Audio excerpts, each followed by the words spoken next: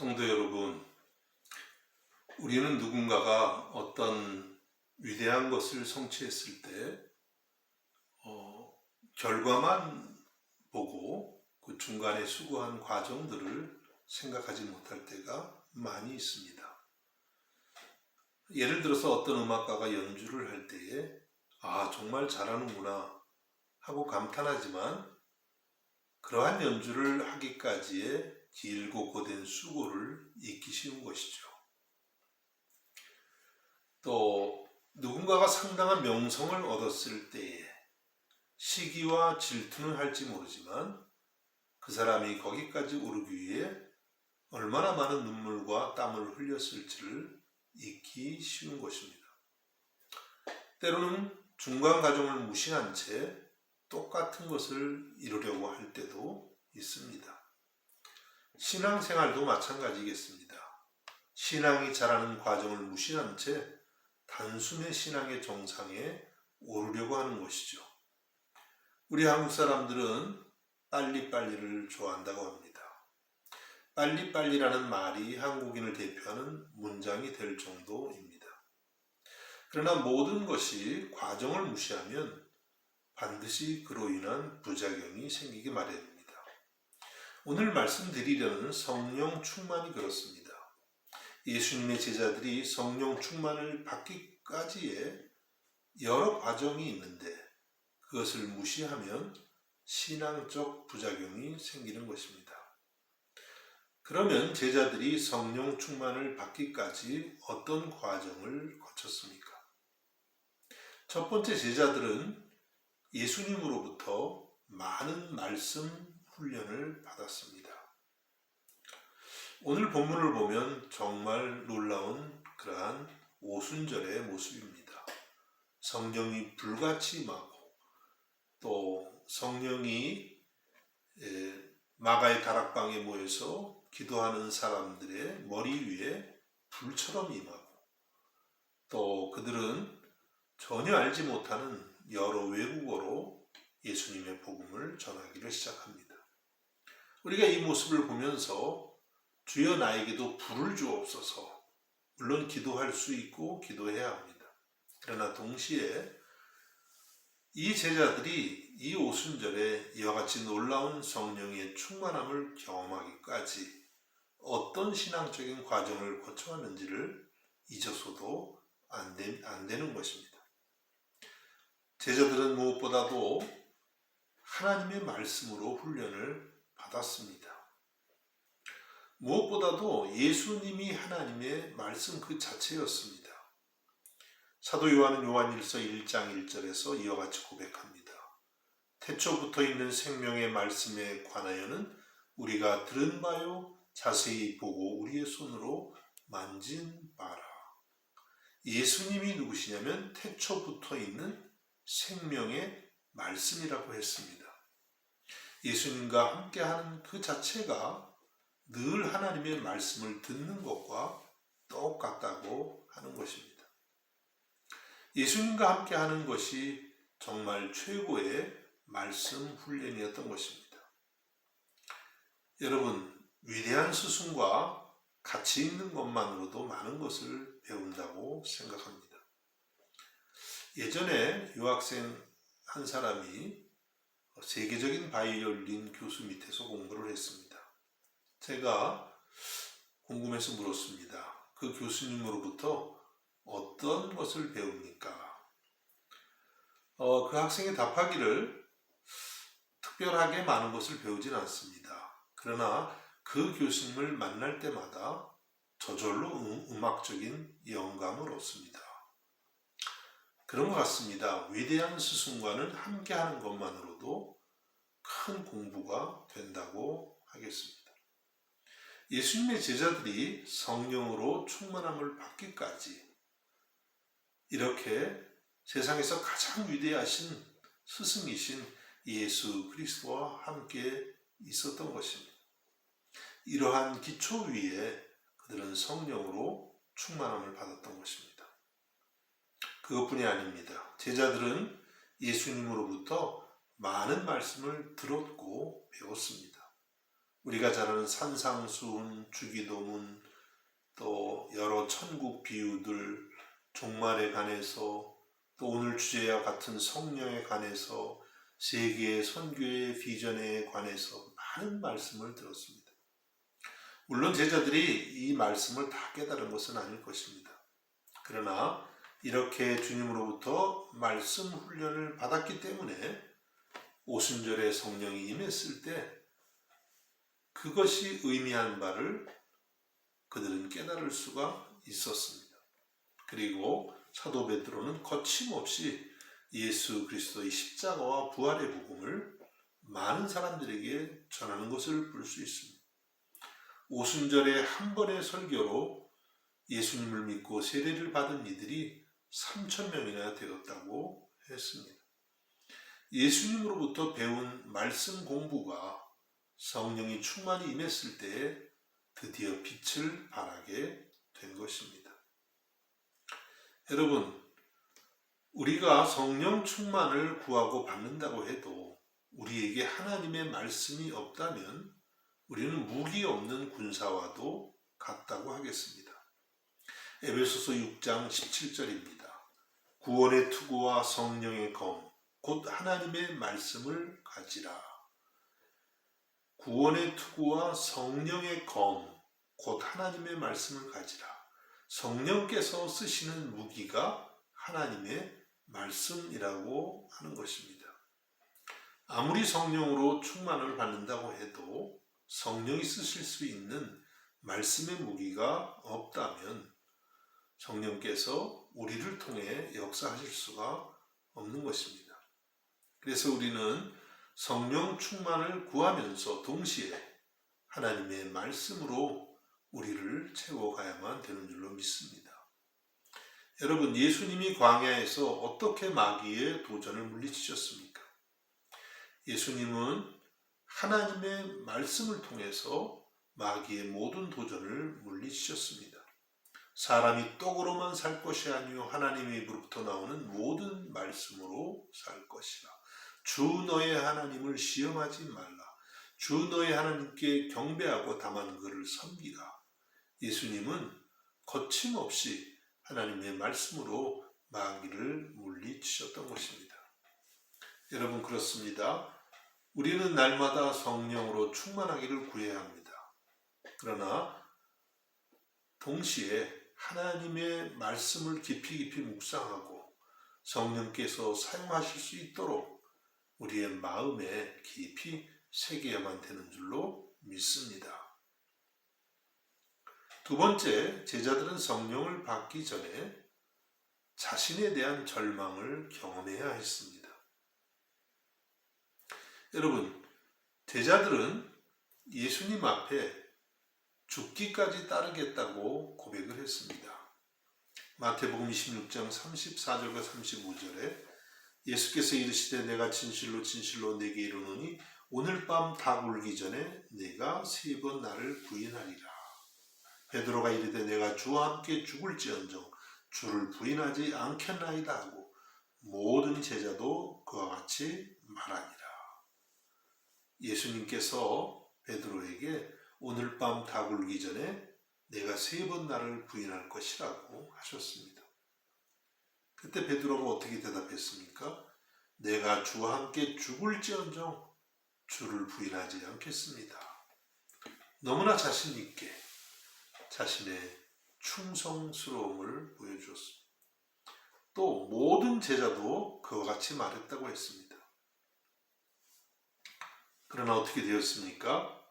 베드로는 예수님을 모른다고 3번씩이나 부인했고 다른 제자들 역시 주님을 버리고 다 도망가고 말았던 것입니다. 이와 같이 제자들은 주님의 십자가 앞에서 자신들의 신앙이 얼마나 무력한 것인지를 처절하게 경험했습니다. 3년 동안 예수님을 따라다니면서 그렇게 주님을 사랑한다고 생각했고 또 주를 위해서 죽기까지 충성할 것이라고 생각했지만 그러나 그들은 너무나도 무력하게 무너지고 말았던 것입니다. 제자들이 얼마나 절망했는지 요한복음 21장에 잘 나타나고 있습니다. 이때는 이미 예수님이 부활하신 후이고 제자들도 부활하신 예수님을 이미 만난 후입니다. 그런데 그들은 이렇게 말합니다. 요한복음 21장 3절에 시몬 베드로가 나는 물고기 잡으러 가노라 하니 그들이 우리도 함께 가겠다 하고 나가서 배에 올랐으나 그날 밤에 아무것도 잡지 못하였더니 부활하신 예수님을 만났지만 그들은 아직도 주님을 따를 용기가 없었습니다. 너무나 자신들에 대해서 처절하게 절망했기 때문이죠. 그래서 베드로가 나는 이제 옛날 내 직업으로 돌아간다. 물고기 잡으러 간다. 다른 제자들도 똑같이 그렇게 이야기를 했던 것입니다. 정말 인간적으로 보면 제자들은 인생의 가장 밑바닥을 경험하고 있는 것입니다. 그런데 여러분, 성경을 보면 이러한 인간의 절망에서부터 하나님이 일하기 시작하신다는 것입니다. 여러분, 하나님이 쓰신 모든 인물들을 보면 이와 같은 자신에 대한 절망의 과정을 거쳤습니다. 대표적인 인물이 모세일 것 같습니다. 모세는 광야 40년을 지내면서 자신의 무가참을 철저히 경험했습니다. 한때 나라를 구하겠다고 나섰지만 이제는 장인 이드로의 양떼를 치면서 살아가고 또 그의 나이도 80이나 되었던 것입니다. 아마도 모세는 자신의 무력함을 처절하게 느끼고 있었을 것입니다.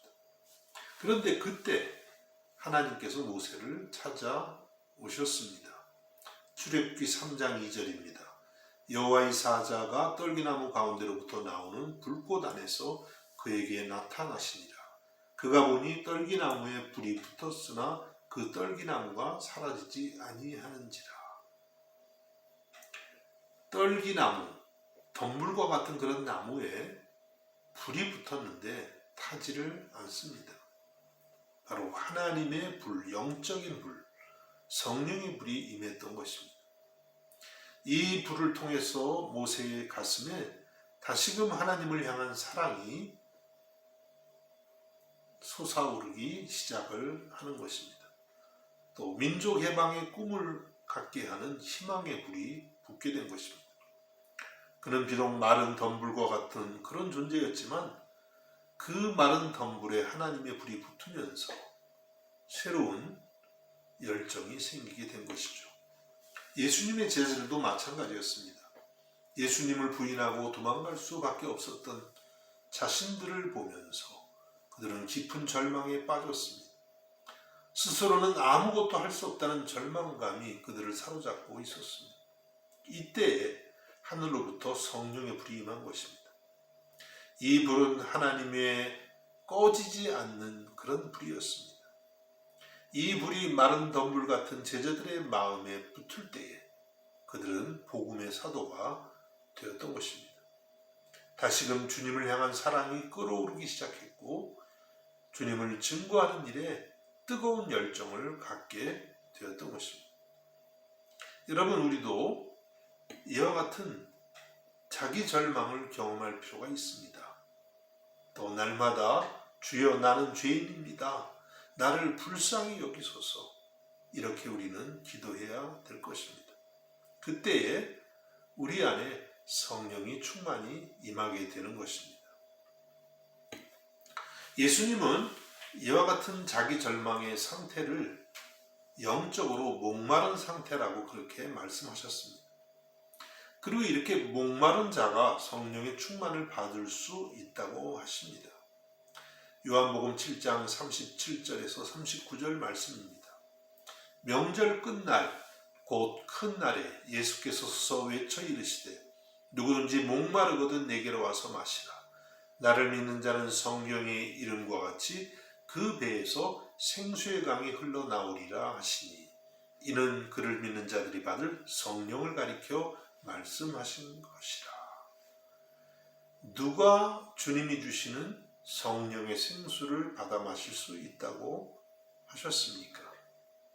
그렇습니다.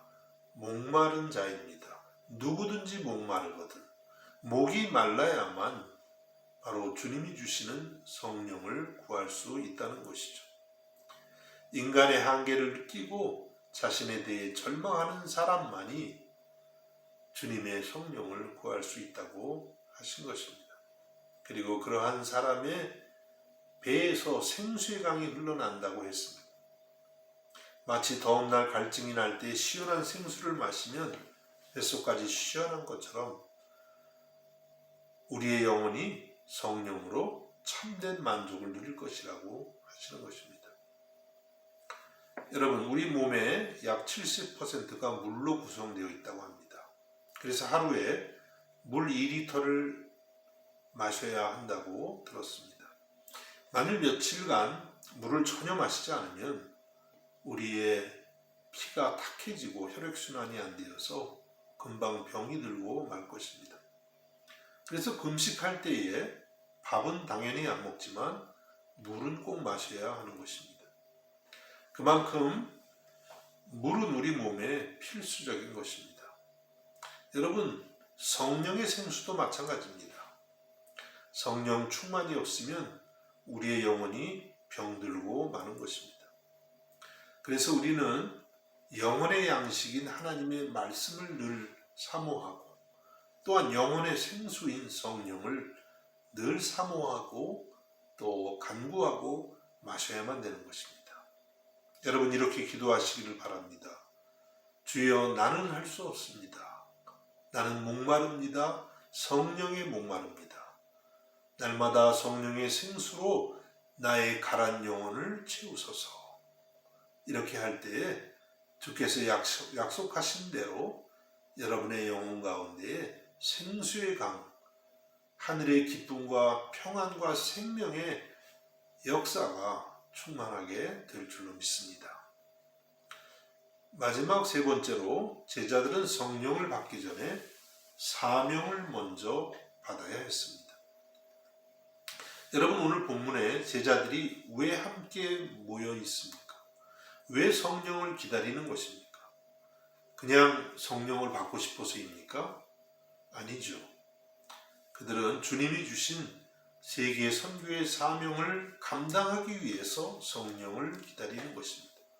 사명이 먼저 있고 그리고 그 사명을 위해서 성령을 기다리는 것입니다. 예수님은 승천하시기 전에 제자들에게 말씀하셨습니다. 사도행전 1장 8절입니다. 오직 성령이 너에게 임하시면 너희가 권능을 받고 예루살렘과 온 유대와 사마리아와 땅끝까지 이르러 내 증인이 되리라 하시니라. 주님이 제자들을 3년 동안 말씀으로 훈련을 하시고 이제 땅끝까지 복음을 전하는 사명자로 보내십니다. 그런데 그냥 보내시는 것이 아니라 성령의 권능을 약속하시는 것입니다. 지휘관이 병사를 보고 나가서 싸우러 가기 전에 먼저 훈련을 하고 그리고 무기를 제공하는 것과 같습니다. 그러니까 이 오순절의 성령은 바로 복음 증거하는 사명을 위해서 주신 것입니다. 여러분, 우리가 왜 성령을 충만히 구하지 않을까요? 그것은 주님으로부터 받은 사명이 없기 때문입니다. 모든 민족을 예수님의 제자로 삼으라는 이 사명을 정말 나의 것으로 받는다면 우리는 성령을 구하지 않을 수 없을 것입니다. 여러 번 말씀드렸지만 저는 청년 때에 이 마태복음 28장의 선교의 명령을 진지하게 받아들인 적이 있습니다. 말씀을 단순하게 받아들여서 저는 저 혼자 온 세계 인구, 그 당시 60억을 다 예수님의 제자로 삼아야 되는 줄 알았습니다. 얼마나 부담이 되었겠습니까? 그래서 이 부담 때문에 성령의 권능을 구하기 시작했죠. 그리고 정말 약속하신 대로 성령으로 충만하게 되는 경험을 했습니다. 아직도 너무나 부족하지만 그래도 그때에 경험한 성령의 충만함을 생각하면 언제든지 언제나 마음이 다시 뜨거워지는 것을 경험하게 됩니다. 여러분, 성령을 구하기 전에 여러분에게 주신 사명을 먼저 깨달으시기를 바랍니다. 그때에 성령을 통해서 우리는 사명을 감당하게 되는 것입니다. 오늘 본문 4절에 보면 그들이 다 성령의 충만함을 받고 성령의 말하게 하심을 따라 다른 언어들로 말하기를 시작하니라. 제자들은 성령의 충만함을 받고 성령이 말하게 하심을 따라 복음을 전했다고 했습니다. 그들이 전한 것이 아닙니다. 성령이 말하게 하심을 따라 전하지 않을 수가 없었던 것이죠. 정말 성령의 놀라운 역사라고 하겠습니다.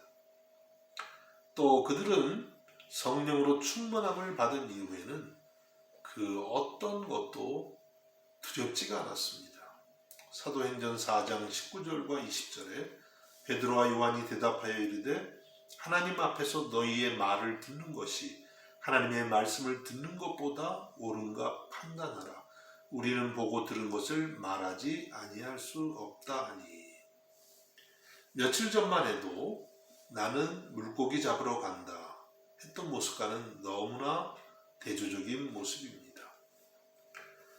어떤 것이 이렇게 베드로와 제자들을 바꾸어 놓았을까요? 바로 성령의 권능인 것입니다. 이러한 성령의 권능을 통해서 제자들은 또 초대교회는 복음 전파의 사명을 감당할 수가 있었던 것입니다. 여러분, 우리도 세계 선교의 사명을 먼저 나의 사명으로 받을 수 있기를 바랍니다. 그리고 이 사명을 위해서 성령의 충만을 구할 수 있기를 바랍니다. 많은 경우에 이 주님의 지상 명령을 나의 것으로 받지 않으면서 성령을 구하기도 합니다. 예를 들어서 부자가 되기 위해서, 또 영적으로 우월하기 위해서, 아니면 어떤 신비로운 체험을 위해서 성령을 구하기도 합니다. 그러나 이러한 동기는 매우 잘못된 것입니다. 또 어떤 분들은 성령을 구하지 않는 이유를 이렇게 말합니다. 성령 충만 받았다가 땅끝까지 이르러서 예수님이 증인이 되어야 된다면 너무 힘든 일이지 않겠습니까? 그래서 나는 성령 충만을 구하지 않습니다. 여러분, 예수님이 우리를 부르신 목적이 무엇인가요? 예수 믿고 천국 가는 것으로 끝나는 것이 아닙니다. 예수님은 제자들을 불러서 3년간 훈련을 시켰습니다. 그리고 3년간 훈련시킨 다음에는 모든 민족을 제자로 삼는 사명자로 삼았던 것입니다. 예수님은 오늘도 우리에게 똑같은 것을 행하고 계십니다. 우리를 주님의 제자로 삼아서 훈련하시면서 그리고 우리를 세계 선교의 사명자로 부르고 계시는 것입니다. 여러분, 누군가가 여러분에게 왜 사십니까? 라고 묻는다면 예수 그리스도의 지상 명령을 순종하기 위해서, 이 사명을 위해서 살아갑니다. 이렇게 답할 수 있기를 간절히 바랍니다. 그러면 제자들은 어떻게 성령을 구했습니까? 사도행전 1장 14절에 보니까 여자들과 예수의 어머니 마리아와 예수의 아우들과 더불어 마음을 같이하여 오로지 기도에 힘쓰더라. 그들은 더불어 마음을 같이하여 오로지 기도에 힘썼다고 했습니다. 함께 모였습니다. 여러분, 그렇습니다. 성령으로 충만함을 받으려면 우리는 늘 모이기에 힘써야 됩니다. 하나님은 우리가 모여서 또 한 마음으로 기도할 때에 그곳에 성령을 부어 주시는 분인 것입니다.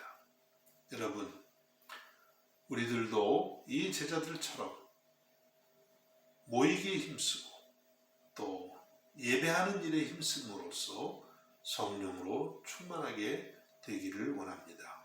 말씀을 맺습니다. 여러분, 날마다 성령을 사모하고 또 구하시기를 바랍니다. 그러나 동시에 제자들이 이렇게 성령으로 충만하기까지 어떤 과정을 거쳤는지도 생각하실 수 있기 바랍니다. 말씀으로 날마다 나를 훈련할 수 있기를 바랍니다. 또 날마다 주님의 십자가 앞에서 나의 죄인됨을 고백할 수 있기를 바랍니다. 그리고 주님이 주신 세계의 선교의 사명을 날마다 내 것으로 고백할 수 있기를 바랍니다. 그때 주님께서 여러분 모두를 성령으로 충만하게 하실 줄로 믿습니다. 기도하겠습니다. 하나님 아버지, 연약한 우리를 위해서 성령을 보내주시고 날마다 성령으로 우리를 새롭게 해주심을 감사드립니다.